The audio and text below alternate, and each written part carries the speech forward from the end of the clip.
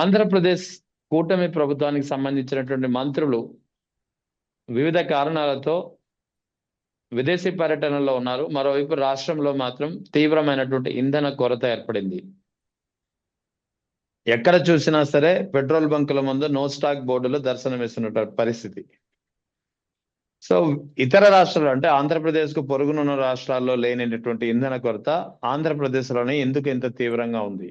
ఇప్పుడు ఇదే ప్రశ్న అందరినీ వేధిస్తోంది. ముఖ్యంగా ఈ అన్ని వివరాలపై మనతో మాట్లాడేందుకు జాయిన్ అవుతున్నారు విజయవాడ నుంచి ప్రముఖ న్యాయవాది వెంకటేష్ గారు. నమస్తే సార్. సార్ చూస్తున్నారు కదా, నమస్తే. ఆంధ్రప్రదేశ్ లో ఇంధన కొరత, ముఖ్యంగా పెట్రోల్ బంకుల ముందు నో స్టాక్ బోర్డులు దర్శనమిస్తున్నాయి. పెట్రోల్ దొరక్క, డీజిల్ దొరక్క జనం అవస్థలు పడుతున్నటువంటి పరిస్థితి. ఇదే పరిస్థితి మరికొన్ని రోజులు కొనసాగితే ఈ ప్రభావం కాస్త నిత్యావసర వస్తువుల పైన, మెడికల్ సర్వీసెస్ పైన, ఎమర్జెన్సీ సర్వీసెస్ పైన కూడా ప్రభావం పడనుంది. మరి ప్రభుత్వం ఏం చేస్తున్నట్టంటే ఏం చెప్తారు మీరు? మీ వీక్షకులకి అందరికీ కూడా గుడ్ ఈవినింగ్. ముఖ్యంగా చెప్పాలంటే ఆంధ్రప్రదేశ్ రాష్ట్రంలో రాష్ట్ర మంత్రులు, మెజారిటీ మంత్రులు ఎవరైతే ఉన్నారో వీళ్ళందరూ కూడా సింగపూర్ టూర్ లో ఉన్నటువంటి ఒక పరిస్థితి. రెండోది, దైనందిన జీవితంలో నిత్యావసర వస్తువులైనటువంటి పెట్రోల్, డీజిల్ మానిటరింగ్ వ్యవస్థ పూర్తిగా కుప్పకూలిందనే చెప్పాలి. ఎందుకంటే compare to remaining states Andhra Pradesh లో లేని కొరత అక్రమంగా సృష్టించబడిందా, లేదా నిజంగానే ప్రజలకి ఇవ్వాల్సినటువంటి మౌలిక సదుపాయాలలో భాగంగా ఇవ్వాల్సినటువంటి ఈ పెట్రోలు, డీజిల్ వ్యవహారంలో ఏదైతే ఉందో దీని మీద మంత్రిత్వ శాఖలకు సంబంధించిన వాళ్ళు, అధికారులు కానివ్వండి, నిఘా చేయాల్సినటువంటి కలెక్టర్లు కానివ్వండి, ఓవరాల్ గా అందరూ కూడా ఫెయిల్యూర్ అయ్యారా అని చెప్పేసి ఒక ప్రశ్న అందరికీ కూడా అందుబాటులోకి ఉన్నటువంటి ఒక అనుమానం. మరొక రకంగా చెప్పాలంటే యథావిధిగా ఏ రకమైనటువంటి వ్యవస్థల్లో ఫెయిల్యూర్ అయినా అత్యంత అనుభవజ్ఞమైనటువంటి ముఖ్యమంత్రి ఉన్నటువంటి రాష్ట్రంలో మనం తరచుగా వినేటువంటి ఒక మాట ఏంటంటే, ముఖ్యమంత్రి గారు ఎమ్మెల్యేల మీద సీరియస్ అయ్యారు, మంత్రుల మీద సీరియస్ అయ్యారు అని చెప్పేసి అని అంటున్నారు. అట్ ద సేమ్ టైం ఇప్పుడు వాళ్ళిద్దరూ అందుబాటులో లేరు కాబట్టి, ముఖ్యంగా మంత్రులు అందుబాటులో లేరు కాబట్టి ఖచ్చితంగా ఇది అధికారుల యొక్క ఫెయిల్యూర్ గా దీన్ని చిత్రీకరించి ముఖ్యమంత్రి గారు అధికారుల మీద ఫెయిల్యూర్ అయ్యారు అని చెప్పేసి, అధికారుల మీద సీరియస్ అయ్యారు అని చెప్పేసి అని ఒక వార్తలు మనందరికీ కూడా కనబడుతూ ఉన్నాయి. అలాగే ఎప్పుడూ లేని విధంగా కలెక్టర్లు, డిప్యూటీ కలెక్టర్లు వీళ్ళందరూ బయటకు వచ్చి ఇది ఈ ఇంధన కొరత అనేది తాత్కాలికం, లేదా ప్రైవేట్ బంకులు ఏవైతే ఉన్నాయో వీళ్ళు తాత్కాలికంగా కృత్రిమ కొరత సృష్టించారు, లేకపోతే వదంతుల నేపథ్యంలో అందరూ కూడా ఎక్కువ పెట్రోల్, డీజిల్ నిల్వ చేసుకోవడానికి ప్రజలే ఎగబడుతున్నారు అనే విధంగా అధికారులు మాట్లాడటం నిజంగా శోచనీయం. ఎందుకంటే పెట్రోల్ కానివ్వండి, డీజిల్ కానివ్వండి అధిక సంఖ్యలో కొనుక్కుని నిల్వ పెట్టుకునే అంత పరిస్థితి ఈ రోజు సామాన్యుల దగ్గర ఉండేటువంటివి కాదు. ఇటువంటి ఒక వార్త వచ్చినప్పుడు దీన్ని బలంగా ఎదుర్కోవాల్సినటువంటి శక్తి ప్రభుత్వం దగ్గర ఉండాలి. ఈరోజు గతంలో మనం చూసాం, సినిమా వ్యవహారాలు, సినిమా టికెట్ల వ్యవహారాలు వచ్చినప్పుడు సాక్షాత్తు గత ప్రభుత్వం ఎంఆర్ఓల్ని రంగంలోకి దించి ప్రభుత్వ ధరలకే టికెట్లు అమ్మే విధంగా ఆ రోజు థియేటర్ల యాజమాన్యాలను ఒప్పించి అధికారుల నిఘాలో అన్ని కూడా సక్రమంగా చేసినటువంటి ఒక వ్యవస్థ. సినిమా కన్నా ఈ రోజు డీజిల్, పెట్రోల్ అనేది, ఇంధన వ్యవస్థ అనేది సామాన్య ప్రజలకు చాలా అవసరమైనటువంటి ఒక వ్యవహారం.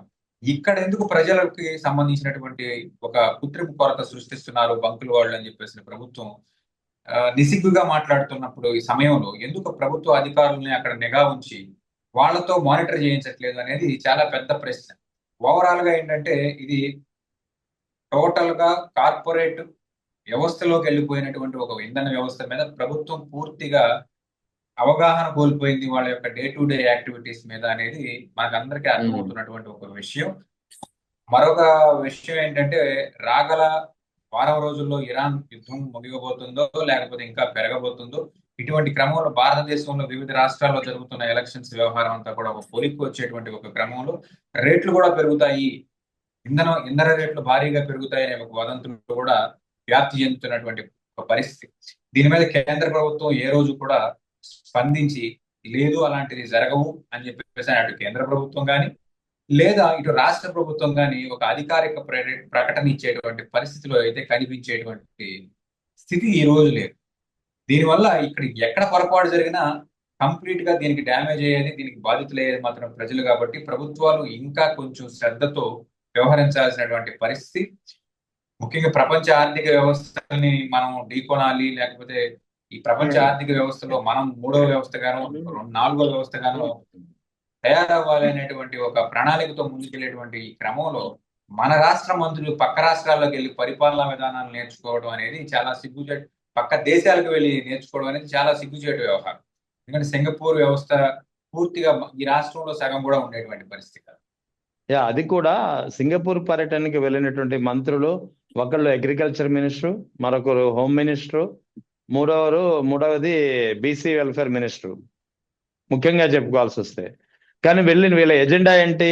Water management and industrial development అనేది. అక్కడ వాస్తవానికి సింగపూర్లో అగ్రికల్చర్ అనేది జీరో.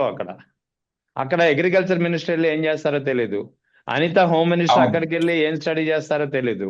ఆ వాటర్ రిజర్వ్స్ సంబంధించినటువంటి ఇరిగేషన్ మినిస్టర్ వెళ్ళలేదు. ఇండస్ట్రియల్ సంబంధించినటువంటి మినిస్టర్ వెళ్ళలేదు. ఐటీ మినిస్టర్ లోకేష్ గారేమో ఇవాళ ప్రత్యక్షమైనట్టున్నారు వైజాగ్ లో, దాదాపు 10 రోజుల తర్వాత.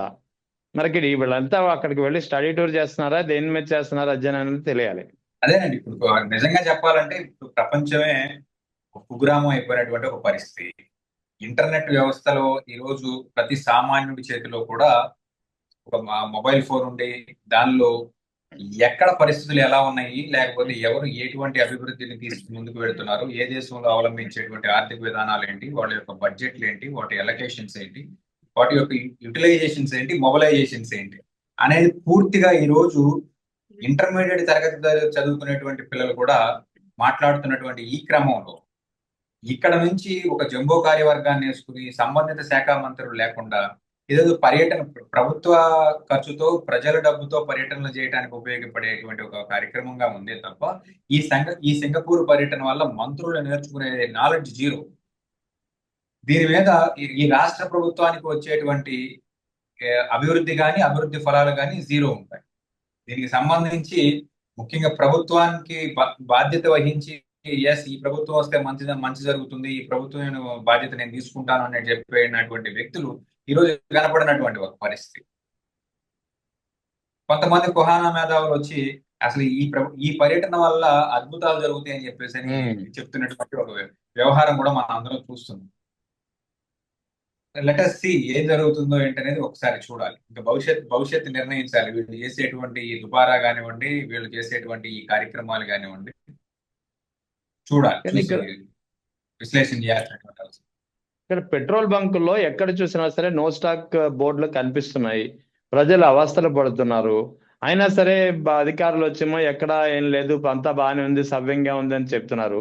నిజంగా సవ్యంగా ఉందంటే నో స్టాక్ బోర్డులు ఎందుకు పెడుతున్నారు మీరు అని చెప్పి వాళ్ళ మీద చర్యలు తీసుకోవాల్సిన అవసరం సివిల్ సప్లైస్ కానీ కన్సర్న్ డిపార్ట్మెంట్స్ కి ఉంది కదా. ఖచ్చితంగా ఉందండి. ఇది చెప్తున్నాను కదా, ఇది కంప్లీట్ గా అడ్మినిస్ట్రేటివ్ ఫెయిల్యూర్. ప్రభుత్వం తన యొక్క నిఘా వ్యవస్థని పూర్తిగా కంట్రోల్ తప్పింది, లేకపోతే తన యొక్క నిఘా వ్యవస్థ ఏదైతే కింద స్థాయి పెట్రోల్ బంకుల మీద కానివ్వండి, లేకపోతే దాని యొక్క డిస్ట్రిబ్యూటర్స్ మీద కానివ్వండి, ఏదైతే ఉందో ఇది పూర్తిగా PPP మోడల్లో వెళ్ళేటువంటి ఈ ప్రభుత్వం పూర్తిగా ప్రైవేటు వ్యక్తుల చేతుల్లోకి ప్రజల దైనందినమైనటువంటి జీవితాలు వెళ్తే ఎటువంటి ప్రమాదాన్ని ఎదుర్కోవాల్సి వస్తుందో ఇది ఒక చూపి మనం ఒక ఉదాహరణగా తీసుకోవాలి. అత్యంత భారీ జంబో కార్యవర్గాలు, అడ్మినిస్ట్రేటివ్ కెపాసిటీ ఉన్నటువంటి ప్రభుత్వాలు పూర్తిగా ప్రభుత్వం నిఘా నుంచి బయటికి వెళ్ళినటువంటి ఈ వ్యవస్థలని ఎలా కంట్రోల్ చేస్తాయి? ముఖ్యంగా PPP పద్ధతుల్లో చేస్తా ఇంకా రెవెన్యూ వ్యవహారాలు కానివ్వండి, ఆరోగ్య వ్యవహారాలు కానివ్వండి, ఇటువంటి వ్యవహారాలన్నిటి కూడా ప్రైవేటు వ్యక్తుల చేతుల్లోకి వెళితే సామాన్యుల ప్రజల యొక్క స్థితిగతులు ఏ విధంగా ఎఫెక్ట్ అవుతాయి అనే దానికి ఇది ఒక చిన్న ఉదాహరణ. కాకపోతే ఇది మనం అనుకున్నంత చిన్నది కాదు. మీరు అంటున్నట్టు నో స్టాక్ బోర్డులు 2-3 రోజుల క్రితం వరకు నో స్టాక్ బోర్డులు ఉన్నాయి. ప్రజల నుంచి వచ్చినటువంటి రెటాలియేషన్ ప్రభుత్వం కొంచెం ముందుకు వచ్చి పార్థసారథి గారు కూడా, కన్సర్న్ మినిస్టర్ పార్థసారథి గారు కూడా ఈ రోజు ఛార్జ్ తీసుకుని ఆయన కూడా మాట్లాడుతున్నటువంటి పరిస్థితి. ఆయన కూడా ఏం చెప్తున్నాడంటే అసలు ఎక్కడా కూడా కొరత లేదంటున్నాడు. కొరత లేకపోవడం ఏంటనేది అర్థం కావట్లేదు. 2 రోజుల నుంచి నేనే కారు ఆ లైన్ లో పెట్టి 500-1000 రూపాయలు కొట్టించలేక నేనే నా కారు ఇంట్లో పెట్టుకుని బైకుల మీద తిరుగుతున్నటువంటి ఒక పరిస్థితి రాష్ట్రంలో కనపడుతుంది. ప్రతి పెట్రోల్ బంక్ ముందు కూడా వందలాది కార్లు ఈ రోజు క్యూలో పెట్టి అందరూ వెయిట్ చేస్తున్నటువంటి ఒక పరిస్థితి. ఇది ప్రభుత్వం చెప్తున్నట్టు నో స్టాక్ బోర్డు లేదు, లేకపోతే ప్రభుత్వం చెప్తున్నట్టు కొరత లేదు అనేది పూర్తిగా అబద్ధం. ఖచ్చితంగా కొరత ఉంది. ఈ కొరతలో ఏంటి, ఇది ఎందుకు వచ్చింది అనే దాని మీద మనం అధికారులే సమాధానం చెప్పాల్సినటువంటి ఒక పరిస్థితి. ఇంకా మంత్రి నారా లోకేష్ దాదాపు ఈ నెల 19వ తేదీ నుంచి ఆయనకి సంబంధించినటువంటి వేరే బోట్స్ కనిపించలేదు. ఇవాళ మధ్యాహ్నం మాత్రం ఒకేసారి ఆయన వైజాగ్ ఎయిర్పోర్ట్ లో దిగారు, ప్రత్యక్షమయ్యారని చెప్పొచ్చు, దాదాపు 7-8 రోజుల తర్వాత. వాస్తవానికి ఒక ఉన్నతాధికారి వెళ్ళినా, మంత్రి వెళ్ళినా, విదేశాల పర్యటన పక్కన ఉంచండి, ఈవెన్ పక్క రాష్ట్ర పర్యటనకి వెళ్ళినా సరే అధికారికంగా ఉత్తర్వులు ఇస్తారు. అది వ్యక్తిగత పర్యటన అయినా సరే, ప్రభుత్వ అధికారిక పర్యటన అయినా సరే, ఒక అధికారిక ఉత్తర్వులు ఇవ్వడం అనేది ఎప్పటి నుంచో ఉన్నటువంటి ఒక వ్యవస్థ. కానీ ఇక్కడ ఈయనకి సంబంధించిన వేరే బోట్స్ వారు దాదాపు వారం 7-8 రోజులుగా లేకపోవడం అనేది దేన్ని సూచిస్తుంది? ఏంటి పరిస్థితి? ఇది చాలా విచిత్రమైనటువంటి ఒక పరిస్థితి రాష్ట్రంలో. ఒక పక్కన మీరు సునీల్ కుమార్ డీజీపీ ఆ స్థాయి కేడర్ వ్యక్తిని మీరు సస్పెండ్ చేసినప్పుడేమో మీరు చెప్పిన కారణం వ్యక్తిగత పర్యటనకి అనుమతి లేకుండా వెళ్ళాడు. అవును. మరి ఈ రోజు నారా లోకేష్ గారు వేరే బోట్స్ తెలియట్లేదని చెప్పేసి అని అంటున్నారు. అందులోనూ ఈ రాష్ట్రంలో సకల శాఖల మీద అజమాయిషీ చేసేటువంటి సూడో ముఖ్యమంత్రిగా నారా లోకేష్ ని ప్రతిపక్షాలు వర్ణిస్తున్నటువంటి ఒక పరిస్థితి. ఈ రాష్ట్రంలో ఎటువంటి పెట్టుబడులు వచ్చినా పారిశ్రామిక సంబంధించినటువంటి మంత్రి ఉన్నప్పటికీ అన్ని తానై వ్యవహరించేటువంటి నారా లోకేష్ గారు వారం రోజుల నుంచి ఆంధ్రప్రదేశ్ రాష్ట్రంలో కనపడట్లేదు. దీనికి సంబంధించి ఏ మంత్రి, నాట్ ఓన్లీ నారా లోకేష్, ఏ మంత్రి అయినా సరే ఈ రాష్ట్రాన్ని విడిచి పక్క రాష్ట్రానికి కానీ పక్క దేశానికి కానీ వెళ్తున్నప్పుడు అఫీషియల్ పర్యటన కింద ఒక జీవో రిలీజ్ చేసేటువంటి ఒక పరిస్థితి ఉంది. దానిని మీరు జీవో ఇచ్చారా? వ్యక్తిగత పర్యటన మీద వెళ్ళారా? వ్యక్తిగత పర్యటన మీద వెళ్ళినా జీవో ఇవ్వాల్సినటువంటి ఒక పరిస్థితి ఇవ్వాలి. అతను వేరే బోట్స్ ఎక్కడ ఉన్నాయి అనేది మనందరికీ కూడా, సామాన్య ప్రజలందరికీ తెలిసే విధంగా మనం ప్రొజెక్ట్ చేయాల్సినటువంటి ఒక పరిస్థితి. అలా కాకుండా కొన్ని అసలు జీవోలు ఇచ్చారా, జీవో ఇస్తే ఆ జీవో బయటికి ఎందుకు రావట్లేదు? రేపొద్దున ఇదంతా గలాటా జరిగిన తర్వాత అదిగో మేము జీవో ఇచ్చామని చెప్పేసి ఏదో ఒక జీవో తీసి బయట పెట్టేటువంటి ఒక పరిస్థితి. దీనివల్ల ఏదైతే ప్రభుత్వం మారిన తర్వాత మోర్ ట్రాన్స్పరెన్సీ ఎక్స్పెక్ట్ చేస్తున్నాము అని చెప్పేసి అని అనుకునేటువంటి ఒక వ్యవహారం చేసేటువంటి వ్యవహారాలందరూ కూడా వీళ్ళందరికీ కూడా ఒక చెంపబెట్టు లాంటిది. నారా లోకేష్ గారు గతంలో జగన్మోహన్ రెడ్డి గారు అఫీషియల్ పర్యటనగా లండన్ వెళ్ళినప్పుడు తన కుమార్తెను కలవడానికి, ఇతర వ్యాపార సంబంధిత కార్యక్రమాలకు వెళ్ళినప్పుడు ఆయన చేసినటువంటి వ్యాఖ్యలు అత్యంత జుగుప్సాకరమైనటువంటి వ్యాఖ్యలు చేసినటువంటి ఒక వ్యక్తి. ఆ తర్వాత అధికారంలోకి వచ్చినటువంటి నారా లోకేష్ గారు ఈ రకంగా వ్యవహరిస్తారు అని చెప్పేసి ఎవరో అనుకునేటువంటి సబ్జెక్ట్ కరెక్షన్. రేపు వచ్చిన గూగుల్ కంపెనీ ఏదో ఇనాగ్రేషన్ కంపెనీ ఫౌండేషన్ స్టోన్ కార్యక్రమం కాబట్టి నారా లోకేష్ గారు ఆ వైజాగ్ లో ప్రత్యక్షమైనటువంటి పరిస్థితి. మరొకటి ఏంటంటే నారా లోకేష్ గారు వ్యక్తిగత పర్యటనలు చేస్తున్నారు, ఆయన చేసేటువంటి చెల్లింపులన్నీ కూడా వ్యక్తిగతంగా ఆయన యొక్క పాకెట్ నుంచి తీసుకుంటున్నారు అనేది కూడా కొన్ని సార్లు వినిపిస్తున్నటువంటి ఒక పరిస్థితి. వీటన్నిటికి సంబంధించి ఏ అకౌంట్ నుంచి మీరు డబ్బులు చెల్లించారు అని అంటే బయట పెట్టకుండా అవన్నీ మీకు అనవసరం ఉంటుంది. ప్రతిపక్షాలు గగ్గోలు పెడుతున్న ఇది ప్రజల డబ్బు, లేదా అక్రమంగా మీరు వసూలు చేసినటువంటి పార్టీ ఫండ్ రూపంలో మీ పార్టీకి చేరుతున్నటువంటి పిట్ ప్రోకో రూపంలో మీరు రూపాయికి 10 రూపాయికి ఈ రాష్ట్రంలో వందలాది ఎకరాలు అమ్మేసుకుంటున్నటువంటి ఒక పరిస్థితి. వీళ్ళకి ఇచ్చినటువంటి ఈ భూముల ఎలకేషన్స్ లో కానివ్వండి, ఇతర సబ్సిడీల్లో కానివ్వండి, మీకు మళ్ళీ పిట్ ప్రోకో ద్వారా మీ పార్టీ నిధులు వస్తున్నాయి. ఆ నిధుల్ని మీరు ఖర్చు పెడుతున్నారు కాబట్టి మీ పార్టీ అకౌంట్ లోంచి అయినా కానీ ఖర్చు పెడుతున్నారు, లేదా ప్రభుత్వం నుంచి ఖర్చు పెడుతున్నారు. రెండు అవినీతి అనేది ఒక పరిస్థితి మనకు కనబడుతుంది. దీన్ని బయటకు తీసుకొచ్చి ఎక్స్ప్లెయిన్ చేసేటువంటి ఒక వ్యవస్థ లేదు. దీనికి నేరుగా సమాధానం చెప్పేటువంటి ఒక పరిస్థితి ఈరోజు కనబడటం లేదు. ఏదైనా ఉంటే పొలిటికల్ గా కానివ్వండి, లేదా ఎవరైనా నాలాంటి వ్యక్తులు ఎవరైనా ప్రశ్నిస్తే వ్యక్తిగతంగా టార్గెట్ చేయడమే చేస్తున్నారు తప్ప సోషల్ మీడియాలో దీనికి సంబంధించి మేము మోర్ ట్రాన్స్పరెన్సీగా ఉన్నాము అని చెప్పేటువంటి పరిస్థితి లేదు. రైట్. ఇక తాజాగా ఈ మధ్యన ఒక వాయిస్ గట్టిగా వినిపిస్తుంది, ముఖ్యంగా గుంటూరు నుంచి జనసేన మాజీ వీర మహిళ న్యాయవాది రజనీ గారి వాయిస్. కానీ ఈ మధ్య కాలంలో ఆమెపై పెద్ద ఎత్తున ట్రోలింగ్ చేస్తున్నారు. అటు జన సైనికులు చాలా దారుణంగా ఈ మధ్యన 4-5 రోజుల నుంచి గట్టిగా ట్రోలింగ్ చేస్తున్నారు. సో దీనిపై మీ కామెంట్. ముఖ్యంగా చెప్పాలంటే కన్నా రజనీ గారు నిరంతరం జనసేన పార్టీకి పనిచేసినటువంటి ఒక పరిస్థితి మనం అందరం అవును. చూసిందే. ఆవిడ జనసేనలో అధికార ప్రతినిధిగా అనేక రకాల టీవీ డిబేట్లో కానివ్వండి, ఇంటర్వ్యూలో కానివ్వండి, ఆవిడ నేరుగా మాట్లాడినటువంటి సందర్భాలు ఉన్నాయి. ఈ సందర్భాల్లో కొన్నిసార్లు తన స్థాయి మరచి కొంచెం ఘాటుగా విమర్శలు చేసినటువంటి ప్రత్యర్థి పార్టీ అయినటువంటి జగన్మోహన్ రెడ్డి గారి యొక్క వైకాపా పార్టీ మీద కొంచెం ఘాటుగా కూడా విమర్శలు చేసినటువంటి పరిస్థితి. తర్వాత క్రమంలో పార్టీలో ఉన్నటువంటి అంతర్గతమైనటువంటి కుమ్ములాటలు కానివ్వండి, లేదంటే ఆవిడకు ఉన్నటువంటి వ్యక్తిగతమైన కారణాల వల్ల ఆ పార్టీలోంచి బయటకు వచ్చారు.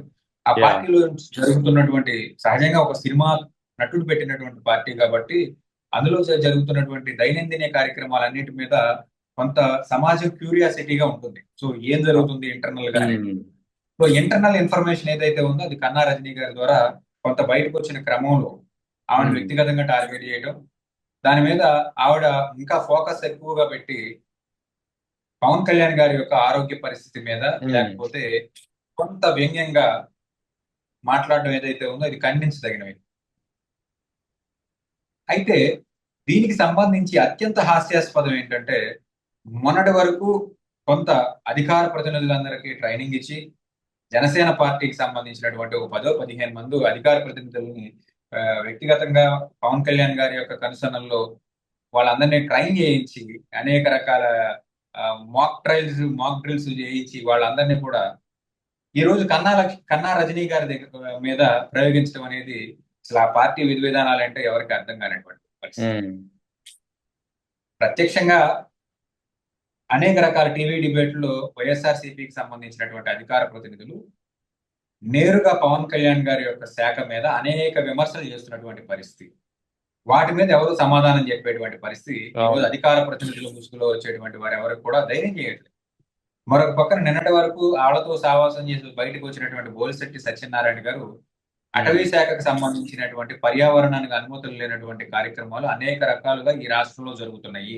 వీటన్నిటిని కూడా మనం సక్రమంగా చేయకపోయినట్లయితే మన ప్రభుత్వం కూలిపోయేటువంటి ఒక పరిస్థితి ఉంది అని చెప్పేసి ఆయన నేరుగా కాకుండా ఇండైరెక్ట్ గా పవన్ కళ్యాణ్ గారి శాఖ మీద అనేక రకాలుగా విమర్శలు చేస్తున్నటువంటి ఒక పరిస్థితి. దీని మీద ఎవరు కూడా స్పందించట్లేదు. ఇంకొక రకంగా చెప్పాలంటే పంచాయతీరాజ్ డిపార్ట్మెంట్ కి సంబంధించి 1200 కోట్ల రూపాయలు మిస్యూజ్ అయినాయి లేదా కనబడట్లేదు, దానికి సంబంధించిన లెక్కలు సంబంధిత శాఖ అధికారులు కానివ్వండి, పంచాయతీరాజ్ మంత్రి కానివ్వండి ఈ రోజు వరకు సమాధానం చెప్పలేదని ప్రచార మాధ్యమాల్లో నేరుగా వైఎస్ఆర్సీపీకి సంబంధించినటువంటి అధికార ప్రతినిధులు ప్రశ్నిస్తున్నటువంటి ఒక విషయం. దీని మీద ఎవరు మాట్లాడారు. కానీ ప్రజల అవసరాలను గుర్తిరగకుండా, ప్రజల సమస్యల మీద బాధ్యతాయుతంగా వ్యవహరించకుండా ఏదో వాళ్ళ యొక్క వ్యక్తిగతంగా పవన్ కళ్యాణ్ గారిని ఏదో అన్నారు అని చెప్పేసి కన్నా రజనీ గారి మీద ఒకళ్ళ తర్వాత ఒకళ్ళు అందరూ ఎవరైతే ఉన్నారో అధికార ప్రతినిధులు అని చెప్పుకునేటువంటి వ్యవహారం నడిపే వాళ్ళందరూ కూడా ఆవిడ మీద పడి విమర్శలు చేయడం ఇది నిజంగా ప్రజాస్వామ్యానికి కొంచెం ఇబ్బంది కలిగించే విషయం. మీరు అన్ని విషయాలతో పాటు ఈ విషయాన్ని చర్చిస్తే ఖచ్చితంగా ప్రతి ఒక్కళ్ళు అప్రిషియేట్ చేసేటువంటి పరిస్థితి. అన్ని విషయాలు ప్రజలకు సంబంధించిన అన్ని విషయాలని వదిలేసి కేవలం పవన్ కళ్యాణ్ మీద ఆవిడేదో వ్యక్తిగతంగా వ్యాఖ్యలు చేసింది కాబట్టి ఆవిడ మీద దాడి చేయడానికి వీళ్ళందరినీ ట్రై చేసినట్టు కనపడుతుంది. సో కన్నా రజనీ గారికి కూడా చెప్పేది ఏంటంటే మనకి పవన్ కళ్యాణ్ యొక్క వ్యక్తిగతమైనటువంటి విషయాలు, అతని కుటుంబ వ్యవహారాలు కానివ్వండి, అతనికి యొక్క ఆర్థిక వ్యవహారాలు కానివ్వండి, లేదంటే అతని యొక్క ఆరోగ్య వ్యవహారాలు కానివ్వండి మరీ లోతుగా వెళ్ళి మనం విశ్లేషణ చేయాల్సినటువంటి అంత అవసరం లేదు. అనవసరంగా ఇలాంటి వాళ్ళందరినీ కూడా ఇన్వైట్ చేసుకునేటువంటి పరిస్థితి వాళ్ళకు ఉండకూడదు. At the same time Pawan Kalyan గారి యొక్క అధికార ప్రతినిధులు లేదా జనసేన పార్టీ అధికార ప్రతినిధులు కూడా చెప్పారని ప్రజా సమస్యలు చాలా ఉన్నాయి. ప్రతిరోజు నిత్యం ఎక్కడో ఒక చోట జనసేన పార్టీకి తెలుగుదేశం పార్టీకి మధ్య ఉన్నటువంటి పొరపత్యాలు బయటపడుతూ ఉన్నాయి. వీటి మీద కాన్సన్ట్రేట్ చేయాలి. ప్రజా జీవితంలో ప్రజలు ఈ రోజు ఇబ్బంది పడుతున్నటువంటి వ్యవహారంలో పెట్రోల్ కి సంబంధించినటువంటి వ్యవహారం, డీజిల్ కి సంబంధించిన వ్యవహారం నేరుగా ప్రజల యొక్క దైనందిన జీవితాన్ని హిట్ చేసేటువంటి ఒక పరిస్థితి. దీని మీద ఇప్పటి వరకు జనసేన పార్టీకి సంబంధించిన వాళ్ళు ఎవరు కూడా మాట్లాడినటువంటి పరిస్థితి లేదు. అఫీషియల్ గా ఎవరు కూడా దాని మీద ఈ రాష్ట్రంలో పెట్రోల్ కొరత ఉందని గాను లేదా లేదని గాను ఏదో ఒకటి చెప్పాలి కదా. అవును. అధికారంలో ఉండి ఏదన్నా క్రెడిట్ వస్తే మాత్రం మాది, లేకపోతే అధికారంలో ఉండి ఏదైనా ఫెయిల్యూర్ వస్తే తెలుగుదేశం పార్టీది అనే రకంగా వ్యవహరిస్తే ఉంటే ప్రజలు కొంచెం ఇబ్బంది పడేటువంటి వ్యవహారం జనసేన పార్టీకి కాస్త దూరంగా జరిగేటువంటి ఒక వ్యవహారం కూడా మనం అభివర్ణించవచ్చు. Right sir. Thank you sir. Thank you. Right. Thank you.